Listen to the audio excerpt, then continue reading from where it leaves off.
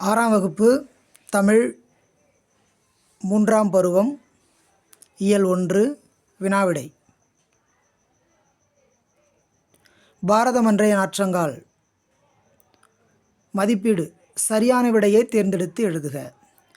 தேசம் உடுத்திய நூலாடை என கவிஞர் குறிப்பிடும் நூல் திருக்குறள்.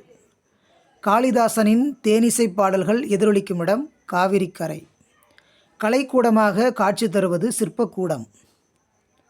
நூலாடை என்னும் சொல்லை பிரித்து எழுத கிடைப்பது நூல் ப்ளஸ் ஆடை. எதிர் ப்ளஸ் ஒலிக்க என்பதை சேர்த்து எழுத கிடைக்கும் சொல் எதிரொலிக்க. குருவினா. தாராபாரதியின் பாடலில் இடம்பெற்றுள்ள கவிஞர்களின் பெயர்களை குறிப்பிடுக. காளிதாசர், கம்பர். இந்தியாவின் மேற்கு கிழக்கு ஆகிய திசைகளை இணைத்து கவிஞர் காட்டும் காட்சியை எழுதுக. இந்தியாவின் மேற்கு திசையில் தோன்றுகின்ற நதிகள் அனைத்தும் கிழக்கு எல்லை வரை பாய்ந்து நன்மைகளை விளைவிக்கின்றன.